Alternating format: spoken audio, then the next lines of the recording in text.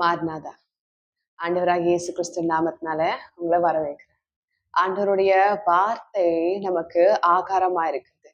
இப்போ நம்முடைய சரீரம் வளருவதற்கு நமக்கு எப்படி ஃபுட்டு தேவைப்படுமோ, அதே போல நம்முடைய ஆவிக்குரிய வாழ்க்கை வளருவதற்கும் நமக்கு ஆகாரம் தேவைப்படும்.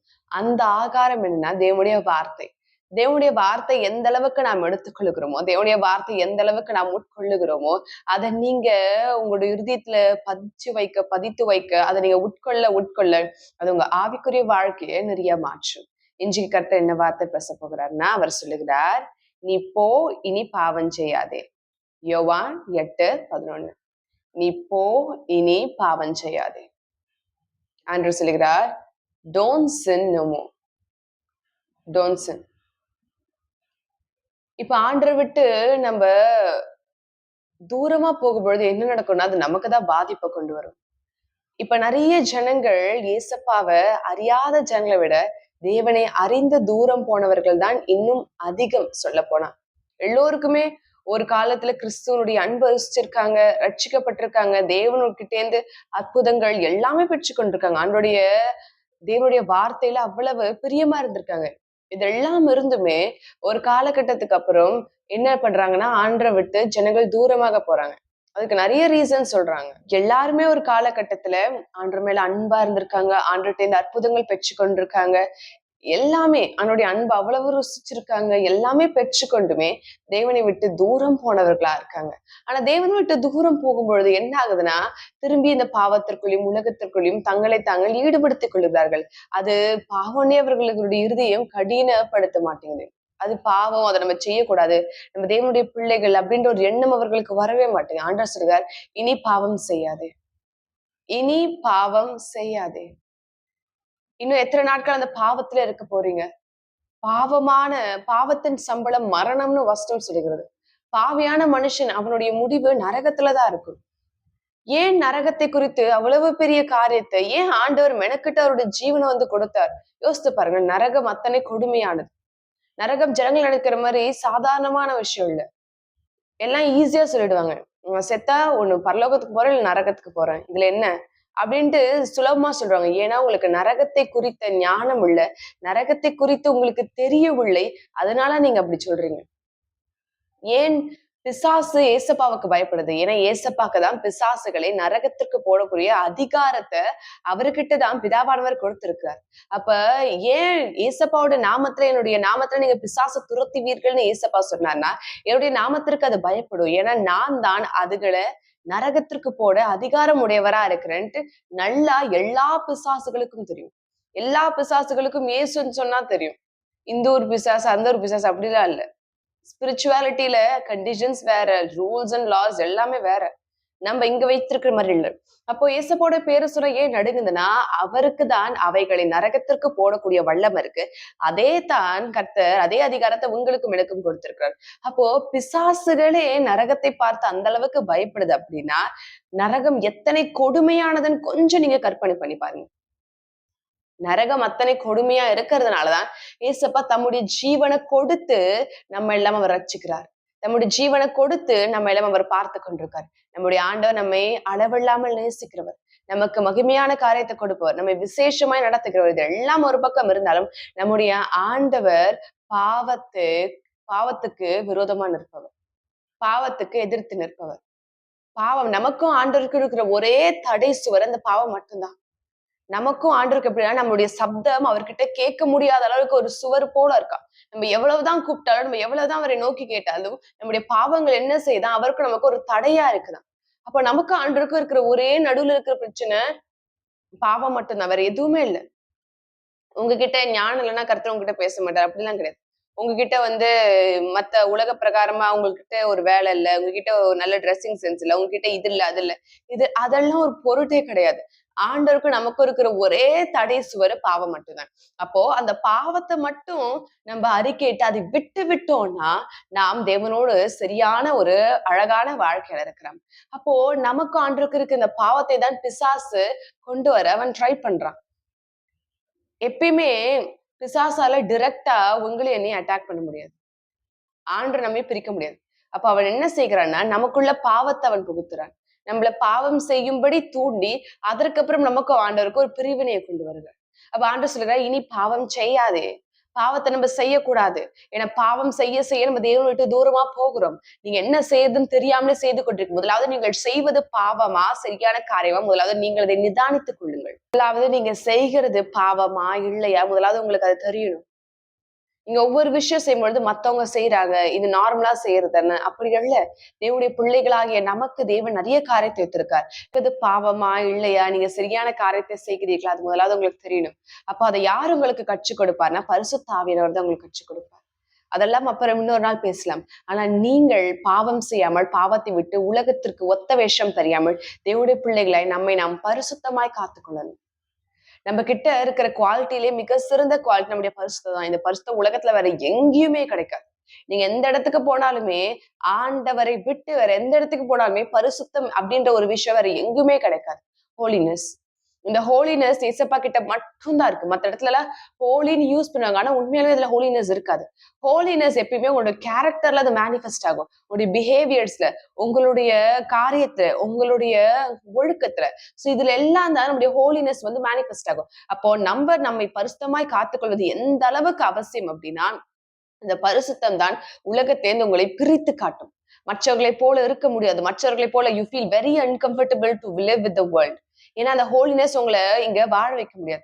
நமக்கே இவ்வளவு அன்கம்ஃபர்டபுளா இருந்தா 33 வருஷம் ஏசப்ப இந்த பூமியில பரிசுத்தமான தேவனா இருந்தாரு, அவர் எவ்வளவு அன்கம்ஃபர்டபுளா இருந்திருக்கும். அப்போ நமக்கான சிறந்த ஒரு விஷயம் பரிசுத்தம் தான். இந்த ஒரு விஷயம் உலகத்துல வேற எந்த மனுஷங்கிட்டயோ எந்த இடத்துலயுமே யாருகிட்டயுமே இருக்கவே இருக்காது. இது தேவனுடைய பிள்ளைகள்கிட்ட மாத்திரம் இருக்கும். ஏன்னா ஆண்டவர் சொல்றார், நான் பரிசுத்தரா இருக்கிறது போல நீங்களும் உங்களை நீங்கள் பரிசுத்தமாக்கிக் கொள்ளுங்கள்.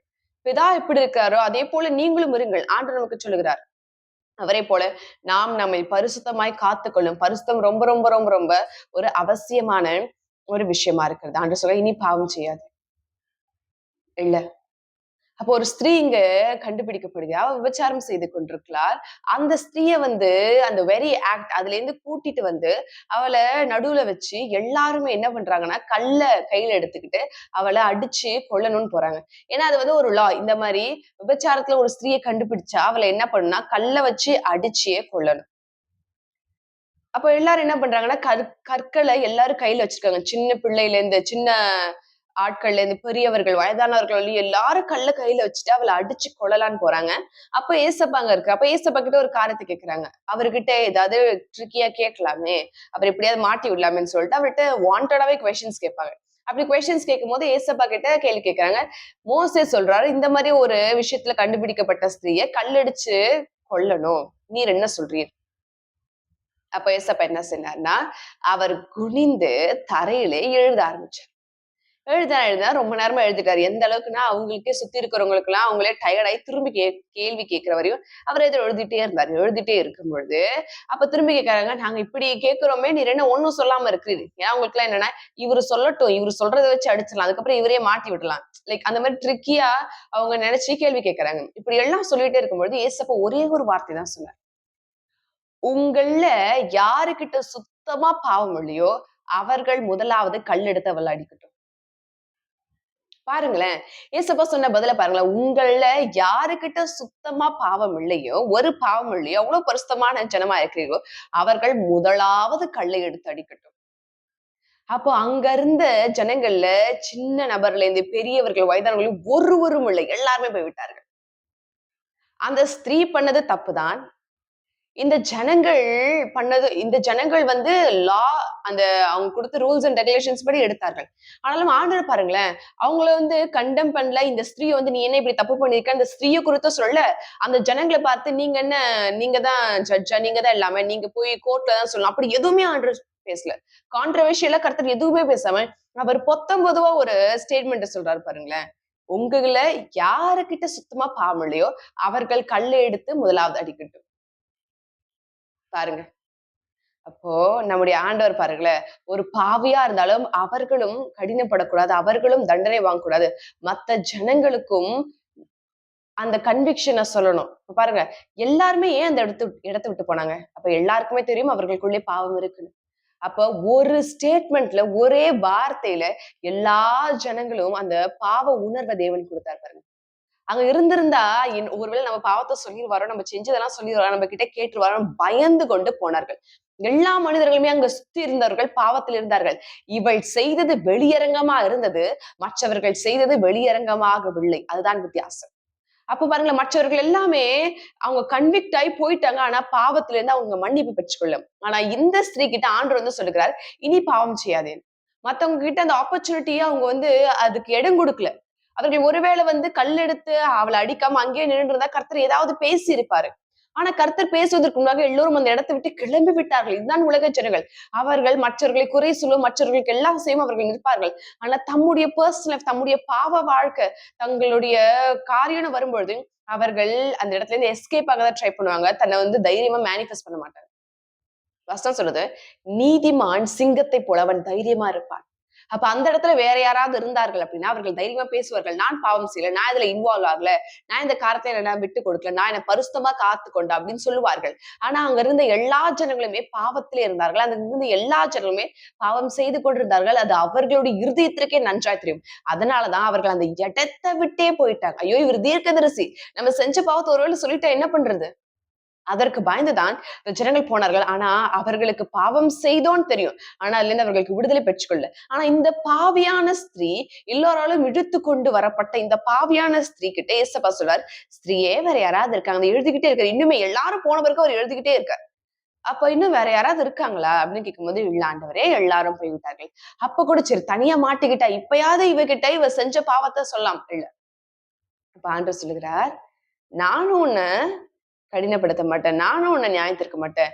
நீ போ, இனி பாவம் செய்யாது, இனி பாவம் செய்யாது. அந்த ஸ்திரீ அந்த வார்த்தைகளை கன்விக்ட் ஆகி அதற்கப்புறம் பாவம் செய்ய வேண்டும். அதுக்கப்புறம் அவ வந்து ஆண்டருக்கு தன்னை ஒப்பு கொடுத்து பரிசுத்தமான வாழ்க்கை வாழ்ந்து அவ பரலோகத்திற்கு கட்டாயம் அவ இடத்தை பிடிச்சிருப்பா. பேசு பாருங்களேன். அதனாலதான் வசனம் சொல்லுது, முந்தினவர்கள் பிந்தினவர்களாகவும் பிந்தினவர்கள் முந்தினவர்களாகவும் வருவார்கள். அப்போ சுத்தி இருந்தவர்கள் யூதர்கள், ஏசப்பா அந்த சந்ததியிலே வந்தாரு. ஆனா அந்த ஜனங்கள் வந்து தேவனை ஏற்றுக்கொள்ள. இவள் பாவத்திலே கண்டுபிடிக்கப்பட்டா. ஆனா இவள் பாவ மன்னிப்பு பெற்றுக்கொண்டு பரலோக ராஜ்யத்துல அடைந்தாள். அப்ப நாம் எவரையும் குற்றப்படுத்தும் குறை சொல்லவும் அல்ல. ஆண்டு சொல்லுக, பாவம் செய்யாதீர்கள். பாவம் செய்தால் அந்த பாவத்தின் சம்பளம் மரணம். அந்த பாவம் உங்களை நரகத்திற்கு கொண்டு போகும். நீங்கள் பாவத்திற்குரியவர்களோ, நீங்கள் நரகத்திற்குரியவர்கள் அல்ல.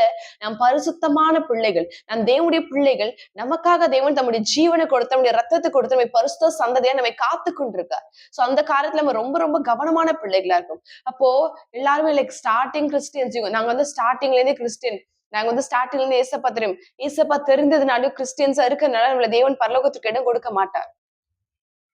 பாருங்க, கள்ளர் 2 கள்ளர் இருந்தாங்க ஏசப்பா சிலுவையில் அறையும்போது. ஒருவன் ஆண்டவரை குறித்து தப்பா பேசுறேன், இன்னொருவன், ஆண்டவரே இது இன்றைக்கு பரலோகத்துக்கு போகும்போது என்னையும் கொஞ்சம் நினைச்சுக்கோங்களேன், நானும் அங்க வரேன். அப்ப கேட்கும்போது, இன்றைக்கு என்னோடு கூட நீ பரதேசியில் இருப்பாய். பாருங்களேன், ஃபர்ஸ்ட் ஃப்ரூட் பரலோகத்துக்கு போனதே அந்த கள்ளன் தான். அவன் கள்ளன்னு உலகத்திற்கு தான் தெரியும். ஆனா கர்த்தரை பொறுத்தவரை அவன் என்னுடைய பிள்ளை, அவன் ரட்சிக்கப்பட்டான், அவன் பரலோகத்திற்கு சுந்தரவான். அப்ப உங்களுடைய பாஸ்ட் உங்களை எப்பயுமே டிஃபைன் பண்ணாது. உங்களுடைய பாஸ்ட், உங்களுடைய பாவங்கள் எப்பயுமே உங்களை குறை சொல்லாது. நீங்க ஏசப்பா கிட்ட இப்போ வரும்பொழுது அது எல்லாவற்றுமே தேவன் கம்ப்ளீட்டா இரேஸ் பண்ணுவார். வசனம் சொல்லுது, உங்களுடைய பாவம் ரத்தாம்பர சிவப்பா இருந்தாலும் பரவாயில்ல, அதை நான் பஞ்ச போல வெள்ளையாக்குவேன். உங்க பாவம் எவ்வளவு பெருசா இருந்தாலும் பரவாயில்ல, என்னுடைய ரத்தத்தை ஊத்தி அந்த ஒன்றுமில்லாமல் ஆக்குவேன். என்னுடைய பாவத்தை அழிக்கக்கூடிய ஒரே ஒரு இரேசர், ஒரே ஒரு அழிப்பாடு என்னன்னா இசப்பாவுடைய ரத்தம். அதனால்தான் தம்முடைய ஜீவனையும் பார்க்காமல் தம்முடைய சரீரத்தில் இருக்கிற ஒட்டுமொத்த ரத்தத்தையுமே நமக்காக தேவன் கொடுத்தார். அவர் உடம்புல ஒரு சொட்டு ரத்தம் கூட இல்லை. அவர் உயிரோடு இருக்காரா இல்லைன்னு விழாவில குச்சி பாக்குறாரு, வெறும் தண்ணீரா வந்து, விச் மீன்ஸ் என்ன, உடம்புல இருக்க எல்லா பிளட்டும் வந்து மிச்சம் இருக்கிற தண்ணீருமே வர ஆரம்பிச்சிருச்சு. அது என்ன சொல்லுதுன்னா, நமக்காக எல்லா ரத்தத்தையுமே அவர் சிந்தினார். நமக்காக எல்லா ரத்தத்தையுமே அவர் கொடுத்தார். ஏன்னு தெரியுமா? அதனாலதான் இப்போ நம்ம ஆண்டவரே என்னை ரட்சித்துக் கொள்ளுங்க, என்னுடைய பாவத்தை மன்னிங்க, என்னை கழுவுங்கன்னு நம்ம ஒரு சமூகத்துல போய் கேட்கும் பொழுது உடனே நம்முடைய ரத்தத்தை ஊத்தி என்னுடைய பாவத்தை எல்லாம் கழுவுறாரு. ஏசப்பாவுடைய ரத்தம் நமக்காக பரிந்து பேசக்கூடிய ரத்தம். நமக்காக அது வழக்காடும். அந்த ரத்தம் நம்மை பாதுகாக்கும். அந்த ரத்தம் நம்முடைய ஜீவனை காப்பாற்றும். அந்த ரத்தம் நமக்காக எல்லாவற்றையும் செய்யும். அப்போ எப்பேற்பட்ட பாவத்துல இருந்தாலும் பரவாயில்ல, எந்த பாவமா இருந்தாலும் பரவாயில்ல, எப்பேற்பட்ட குறையா இருந்தாலும் பரவாயில்ல, ஏசப்பா அதை பத்தி கண்டுக்கல. அவர் சொல்ற, இப்போ நீ மனம் திரும்ப ஆயத்தமா இருக்க, இப்போ நீ மனம் திரும்ப, இனி பாவம் செய்யாதே, நான் உன்னுடைய வாழ்க்கையை அழகாய் மாற்றுவேன். பாவம் செய்யக்கூடாது, பாவத்திலே நம்ம இருக்கக்கூடாது. பாவத்துல இருக்க இருக்க இருக்க நம்ம தேவனை விட்டு தூரமா போவோம். உலகத்துல இருக்க இந்த டெம்பரவரி பிளஷர்ஸ், கொஞ்ச நேரம் இருக்கிற சந்தோஷத்திற்காக நீங்க நித்திய வாழ்க்கை இழந்துராதீங்க. பரலோகத்தினுடைய காரியத்தை இழந்துராதீங்க. ரியாலிட்டி எப்பவுமே வேற. ட்ரூத். ஆண்டவர் தம்முடைய சத்தியத்தை ஜனங்களுக்கு வெளிப்படுத்துறார். எப்பவுமே சத்தியத்திலே நில்லுங்கள். இனி பாவம் செய்யாதீர்கள். உங்க வாழ்க்கைய பாவத்தை விட்டு விலக்குங்கள். என்ன எடிக்ஷனா இருந்தாலும் பரவாயில்ல, என்ன குறைவா இருந்தாலும் பரவாயில்ல, வாழ்க்கை எவ்வளவு மோசமாய் கடினமாய் மனிதர்கள் எப்படி நடத்தினாலும் பரவாயில்ல, பரவாயில்ல. ஆண்டவர் சொல்லுகிறார், இன்றைக்கு என் பின்னே வா, நான் உனக்கு மகிமையான காரியத்தை கொடுப்பேன். பாவத்தை விட்டு விட்டு கர்த்தர் பின்னே போவோம். விட்டுட்டு வாங்க. பாவத்தை விட்டுட்டு ஏசப்பா பின்னாடி போங்க. ஏசப்பா உங்க வாழ்க்கைய அழகாய் மாற்றுவார். இப்போ ஒரு நம்முடைய பாவத்தை எல்லாம் கொஞ்சம் கொஞ்சமா அறிக்கையிட்டு ஆண்டவர்ட்ட ஜெபிக்கலாம். ஆண்டவரே, என்னுடைய பாவத்தை மன்னிங்க ஆண்டவரே. என்னுடைய நிர்விசாரம், நான் உங்களை விட்டு தூரமா போனது, உங்களை கடினப்படுத்துறது, நான் இப்ப இருக்கிற அடிக்ஷன், உலகத்திற்கு காரணம் இதெல்லாம் என்ன மன்னிங்க ஆண்டவர்ன்னு சொல்லிட்டு ஒரு நம்ம ஆண்டவரை நோக்கி ஜெபிக்கலாம். தேவனுடைய வாழ்க்கையில பலமாய் அழகாய் மாற்றுவார். பாவத்தை அறிக்கையிடுங்க. அந்த ஸ்திரீ இரக்கம் பெற்றுக்கொண்டால அந்த அந்த பாவத்துல இருந்து அவளை இழுத்து கொண்டு வந்து எல்லோரும் முன்னாடி நிறுத்தியுமே கர்த்தர் எந்த மனுஷங்க கையிலுமே விட்டு கொடுக்கல. பாருங்க, நீங்க இப்படிதான், நீங்க உங்க பாவத்தை அறிக்கையிடும்போது நம்ம நினைச்சிருப்போம், ஐயோ இந்த பாவத்தை நம்ம செஞ்சிருக்கோமே, இதுல இருந்து இப்ப திடீர்னு ஸ்டாப் பண்ணா மனுஷங்கிட்டே இருந்து நமக்கு பிரஷர் வருமே, பிரச்சனை வருமே, இவங்க ஏதாவது எனக்கு பிரச்சனை பண்ணுவாங்களே, இவங்க ஏதாவது செய்வாங்க, உங்களுக்கு ஒண்ணுமே ஆகாது. அந்த ஸ்திரீயை இழுத்து கொண்டு வந்தது எல்லா மனிதர்கள் தான். ஆனா அதற்கப்புறம் மனிதர்கள் பிக்சர்ல இல்ல. நீங்க பாவத்தை அறிக்கையிடும் பொழுது கர்த்தர் அந்த பாவத்தை மட்டும் மறைக்க மாட்டார், உங்களை பாதுகாப்பார். தம்முடைய ரத்த கோட்டைக்குள்ளாக பாதுகாப்பார். எந்த மனிதர்கள் கிட்டே இருந்து உங்களுக்கு அந்த பிரச்சனை வரவே வராது. யாருகிட்ட இருந்து வராது. இவ்வளவு நாள் நீங்க ஒரு எடிக்ஷன்லயோ பாவத்துல இருப்பீங்க. திடீர்னு அந்த காரியத்தை செய்யறேன்னா பீப்புள் வந்து உங்களுக்கு திரும்பி அந்த பாவத்துக்குள்ள இழுக்க ட்ரை பண்ணுவாங்க. இல்ல, கர்த்தர் விட மாட்டார். கர்த்தர் உங்களை பாதுகாப்பார். நீங்க ஸ்ட்ராங்கா, நான் செய்ய மாட்டேன் உங்க இருதயத்துல நீங்க ஸ்ட்ராங்கா இருந்தா மட்டும் போதும், கர்த்தர் பார்த்துக்கொள்வார். ஆவியானவர் தான் நம்ம நடத்துகிறவரா இருக்கிறார். அவர்கிட்ட கொஞ்ச நாள் ஜெபிப்போம், ஆண்டவரே இந்த பாவத்தை எனக்கு விடுதலை கொடுங்க, என்னை நடத்துங்க, என்னை ஆசிர்வதிங்க, நான் ஒரு நல்ல நிம்மதியான சமாதானமான வாழ்க்கையை வாழணும். இப்போ நீங்க அறிக்கையிட ஆண்டவர் தம்முடைய ரத்தத்தை ஊற்றி உங்க பாவத்தை எல்லாம் கழுவார். அது மாத்திரம் உள்ள ஒரு பெரிய சமாதானமும் உள்ளத்தை ஆளுகை செய்யும். ஒரு விஷயம் ஆண்டவர் நோக்கி நம்ம ஜெபிக்கலாம். பரிசுத்த தேவனே உமக்கு ஸ்தோத்திரம் ஆண்டவரே. இம்மானுவேலரே, யெகோவாயிரே, யெகோவா நிஸ்ஸே உமக்கு ஸ்தோத்திரம் ஆண்டவரே. எல்லாவற்றும் செய்யும் என் தேவனே, இம்மானுவேலரே உம்மை துதிக்கிறேன் அப்பா. அநேக ஜனங்களும் நோக்கி கொண்டிருக்கிறார்கள் ஆண்டவரே. அவர்கள் தங்கள் பாவங்களை அறிக்கையிடுகிறார்கள் ஆண்டவரே. தகப்பனே, அவர்கள் பாவத்தை எல்லாம் நீர் கழுவும் சுவாமி. ஐயா, இவ்வளவு நாட்கள் அவர்கள் பாவத்திலே இருந்து விட்டார்கள். இவ்வளவு நாட்கள் அவர்கள் பாவத்திலே உழன்றிருந்தார்கள் ஆண்டவரே. அவர்களுடைய பாவத்தை எல்லாம் நீர் கழுவும் ஆண்டவரே. பரிசுத்த தேவனே, இம்மானுவேலரே, சர்வத்தையும் செய்யும் என் தேவனே, சகலவற்றையும் செய்யும் என் தேவனே, யெகோவா ஈரே, யெகோவா நிஸ்ஸே, யெகோவா ரூவா, அப்பா உம்மை நோக்குகிறேன் ஆண்டவரே. சர்வ வல்லமையுள்ள தேவனை நோக்குகிறேன் ஆண்டவரே. சர்வத்தை உண்டாக்கின என் தேவனை நோக்குகிறேன் ஆண்டவரே. யெகோவா ஈரே உம்மை துதிக்கிறேன் ஆண்டவரே. எல்லா துதிகளின் மத்தியில் வாசம் செய்யும் என் தேவனே, தூயவரே, என் துணையாளரே, மகிமையின் ராஜாவே, பரலோக தேவனே, சிருஷ்டி கர்த்தாவே, உமக்கு கோடி கோடி கோடி கோடி கோடி ஸ்தோத்திரம் ஆண்டவரே. எல்லா பிள்ளைகளுடைய கரத்திலே ஒப்பு கொடுக்கிறேன் ஆண்டவரே. எல்லோருடைய கரத்திலே ஒப்பு கொடுக்கிறேன் ஆண்டவரே. அநேக பேர் பாவத்தில் இருக்கிறார்கள். ரத்தத்தை ஊற்றி கழுவும் ஆண்டவரே. உடைய பாதத்திலே வந்து அமர்ந்து கேட்கிறார்கள். அப்ப அந்த பாவம் அவங்க இருதயத்துல இருந்திருந்து அவங்க இருதயத்துல சமாதானம் இல்லாமல் தவித்து கொண்டு வேதனையிலும் நிம்மதி இல்லாமல் கலங்கி கொண்டு இருக்கிறார்கள் ஆண்டவரே. ஒரு விடுதலை கொடுங்க, ஒரு நிம்மதியை கொடுங்க, ஒரு சமாதானத்தை கொடுங்க ஆண்டவரே. நோக்கி கொண்டிருக்கிற எல்லா பிள்ளைகளையும் நீர் ஆசீர்வதிங்க ஆண்டவரே. ராஜாவே, அவர்களை நிரப்புங்க. மகிமையானவரை நிரப்புங்க. யெகோவாயிரே நிரப்புங்க.